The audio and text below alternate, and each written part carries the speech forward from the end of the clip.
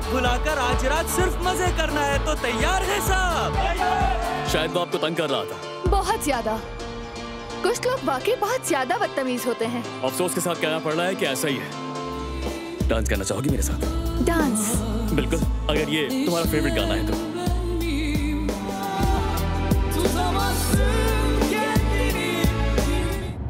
मुझे इश्क हो गया है यास्मीन, आशिक हो गई हूँ मैं। पहली नजर का प्यार, पूरी रफ्तार से उसके पास जा रही हूँ, इंतजार नहीं हो रहा।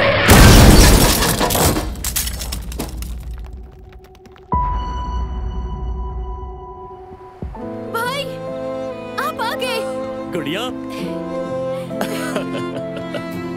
अम्मी जान, इतना सब कुछ कर दिया आपने। माफ कीजिएगा, मुझे कुछ कहना है आपसे। दरअसल मेरा फोन बंद हो गया है और मुझे एक जगह जरूरी पहुंचना है। क्या मैं आपका फोन इस्तेमाल कर सकता हूँ? ये है मेरी जिंदगी आयजा, और ये मेरा कजन उमर।